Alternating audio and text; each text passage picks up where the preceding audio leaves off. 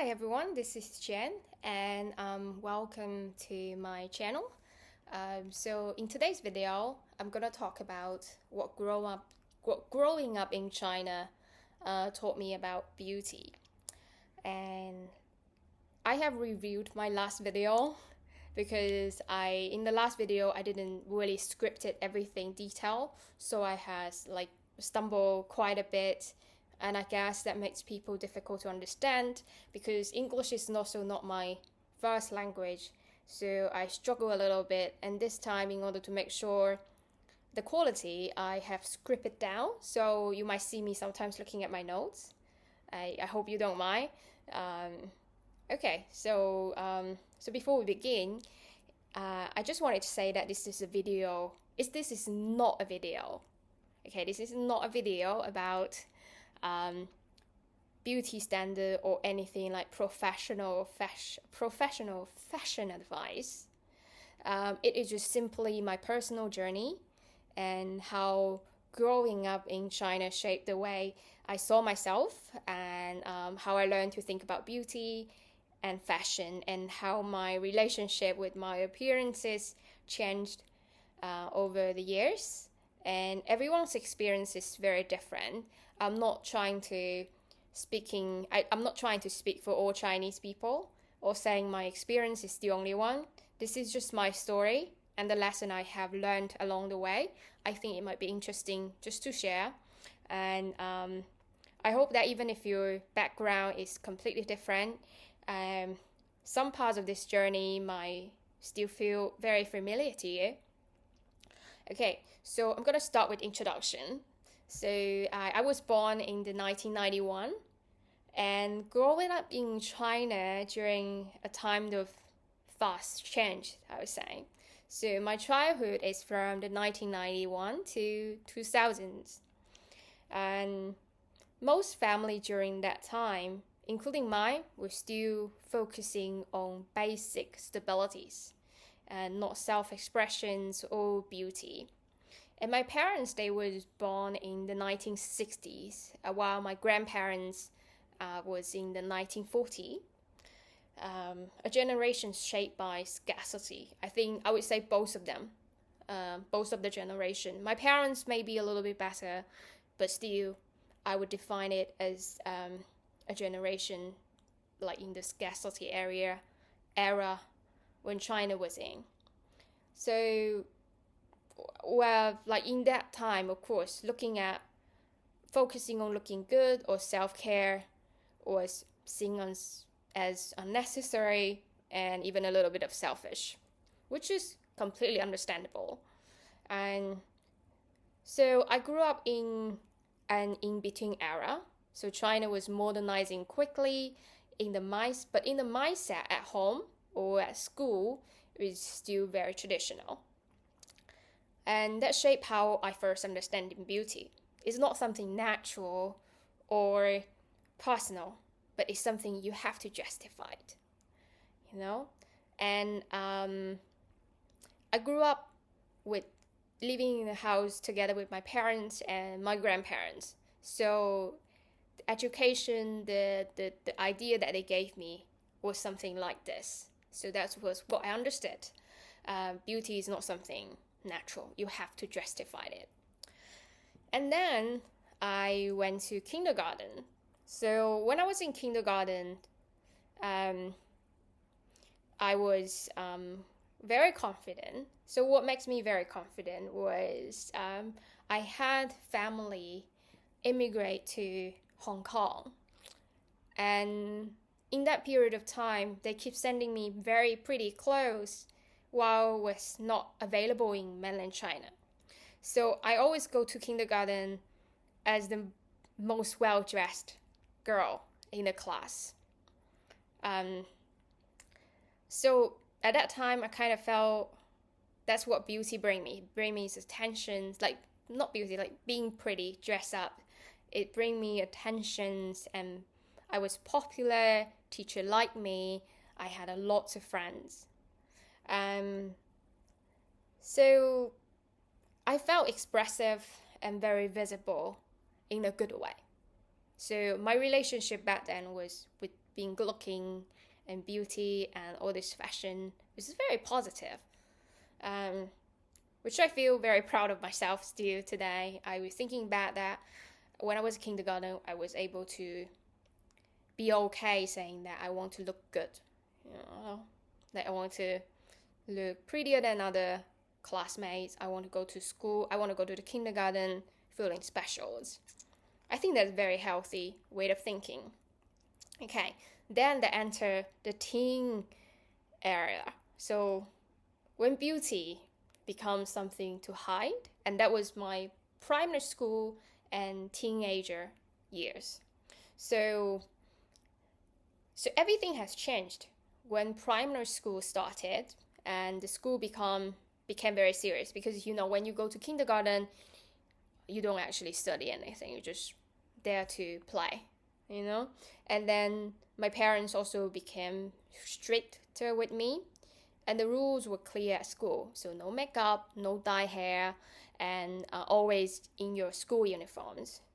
At the same time, you were in that rebellious era of your life. So you started to copying those pop stars and fashion in magazines and TV. Back then, I don't think we had the internet yet. And I wanted to experiment, and then I want to look pretty in my own way. So, but whenever I dress up differently, and family members, so it's like when you go to family gathering with your relatives, so they would comment that, oh, I look like a rebellious kid who wasn't focused on studying, and they were riding away in my school was terrible. And slowly I learned to adjust myself. Like before any family gathering, sometimes I know that the day is coming, and I would pretend that I was sick 2 days ago, 1 day ago, and just simply not going because I was sick. Or if I have to go, I would just go with my school uniforms. So that way, there's no way for them to comment on anything, on my clothes, on my style. And so without realizing it, I was now thinking back, I started to associate beauty, or wanted to be pretty, with shame. So as if caring about appearance meant that I wasn't a good student or a good girl. And that belief stayed with me for a long time, incredibly long time. Even though I didn't want it, I cannot help with myself. So even though I try to ignore how I look, my confidence at school, it didn't improve at all. And I often joke that it didn't really help anything, neither my grades or how I felt about myself. So that was a very sad time. And then the next stage came was when university started. So in 2010, I moved away from my hometown, away from my family, to a bigger city for university.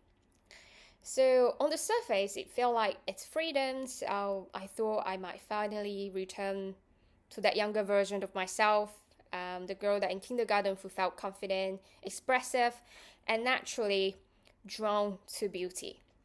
But instead, I realized something else, quite strange, that I had lost the sense of aesthetics. So I just don't understand what is fashion. I don't know how to dress well or looking good anymore. So I didn't really know how to present myself anymore, or even how to see what looked good. I felt a bit down and disconnected from that side of me.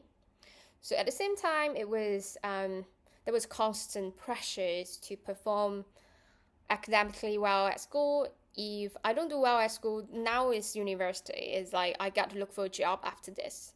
So what kind of future I would have? And during those years, I also struggled with very severe acne. As you might still can see from here, I still have some mark on my face, but it's already much better now.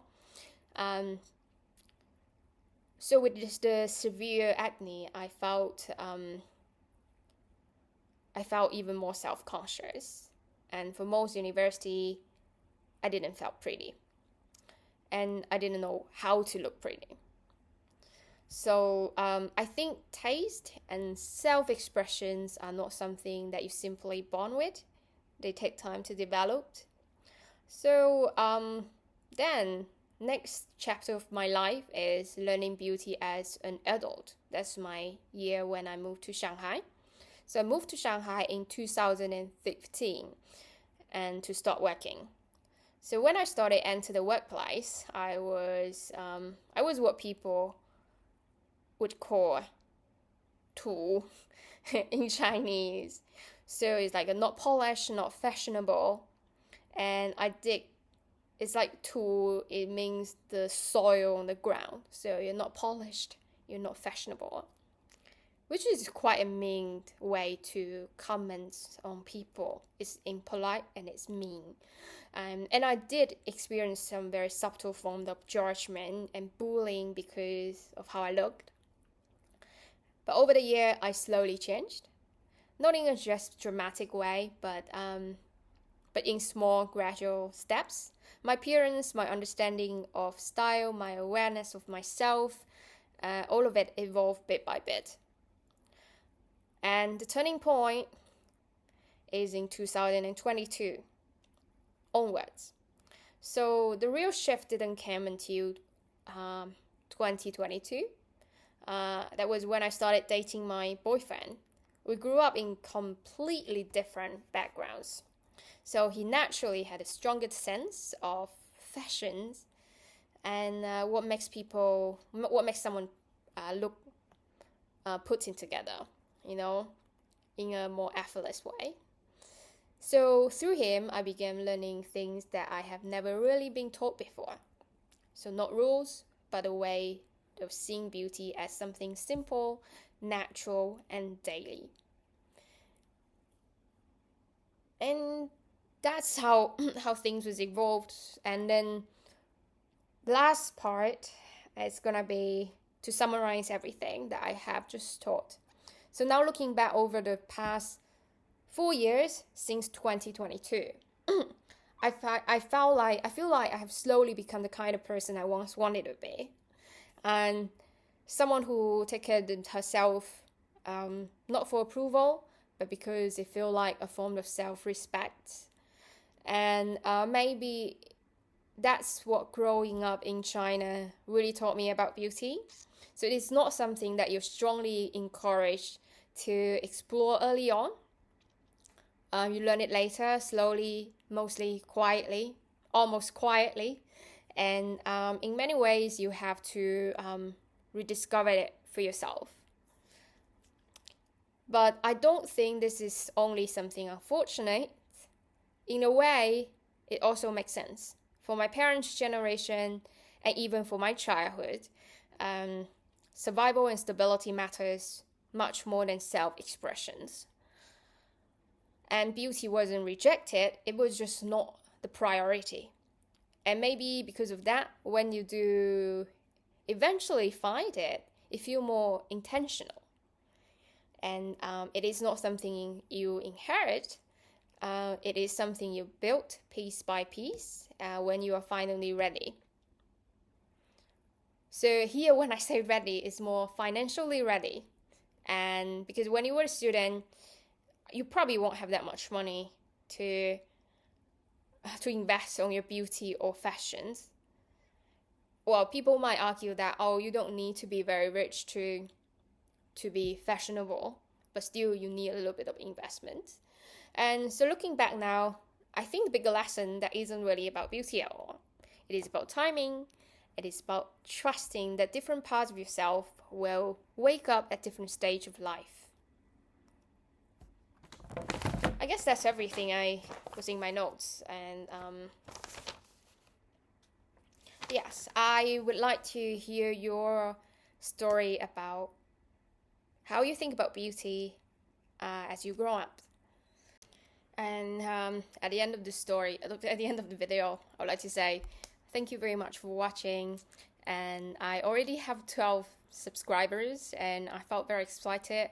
Even if it's still not much, I I still thinking there's someone out there watching the story I'm sharing. And if you're new to here, it would mean the whole world to me if you could give me a thumbs up and like my video, give me a comment, any suggestions, story to share, and subscribe. Thank you.